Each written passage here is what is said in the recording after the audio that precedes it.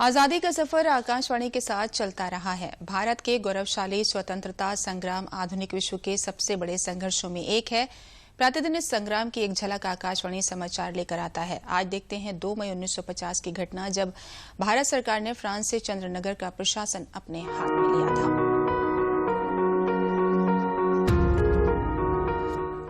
2 मई 1950 को भारत सरकार ने फ्रांस से चंद्रनगर का प्रशासन अपने हाथ में ले लिया। ये शहर अब चंदन नगर कहलाता है और चंद्रनगर विलय अधिनियम 1954 के तहत पश्चिम बंगाल राज्य का हिस्सा है। चंदन नगर को 1673 में एक फ्रांसीसी उपनिवेश के रूप में स्थापित किया गया था, जब फ्रांस ने बंगाल के तत्कालीन नवाब इब्राहिम खान से हुगली नदी के दाहिने किनारे पर एक व्यापारिक चौकी स्थापित करने की इजाजत ली थी। बाद में ये एक स्थायी फ्रांसीसी उपनिवेश बन गया। 1756 में फ्रांस और ग्रेट ब्रिटेन के बीच युद्ध छिड़ गया और ब्रिटिश नौसेना ने अंततः 1794 में चंदन नगर पर कब्जा कर लिया। लेकिन 1816 में आसपास के क्षेत्र के 3 वर्ग मील के विदेशी अंतः क्षेत्र के साथ ही इस शहर को वापस फ्रांस को दे दिया गया। फ्रांसीसी भारत के हिस्से के रूप में ये 1950 तक पौंडीचेरी में गवर्नर जनरल के राजनीतिक नियंत्रण में था। 8 जून 1948 को फ्रांसीसी गणराज्य की सरकार ने भारत सरकार के साथ समझौता किया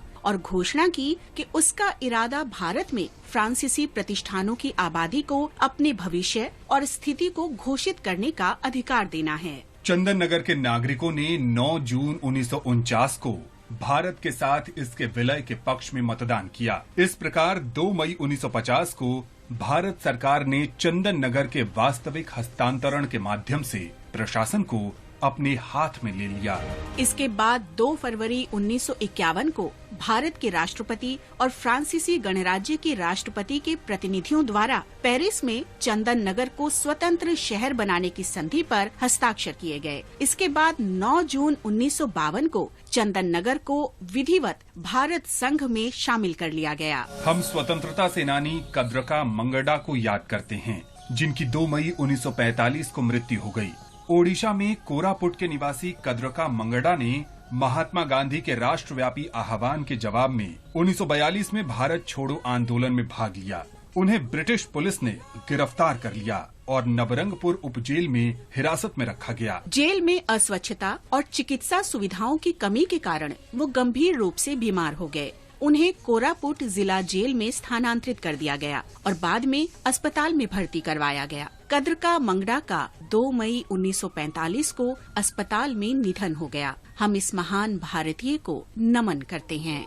हम राष्ट्रवादी संता सिंह को भी याद करते हैं, जो 2 मई 1925 को शहीद हो गए थे। लाहौर के निवासी संता सिंह ने 1924-25 में 2 बार नाभा में गुरुद्वारा गंगसर तक शहीदी जत्थों में भाग लिया। उन्होंने वहां सभी प्रार्थना सभाओं पर प्रतिबंध लगाने के ब्रिटिश आदेश के बावजूद ऐसा किया था। जब ये जत्था गुरुद्वारा पहुंचा, तो नाभा के प्रशासक विल्सन जॉनसन ने सैनिकों को उसे रोकने और उसमें शामिल लोगों को हिरासत में लेने का आदेश दिया। इसके बाद जत्थे को रोक दिया गया और बड़ी संख्या में इसके सदस्यों को गिरफ्तार कर लिया गया। अन्य लोगों के साथ संता सिंह की भी गिरफ्तारी हुई। जेल में इतनी यातनाएं दी गयीं कि 2 मई 1925 को इनकी मृत्यु हो गई।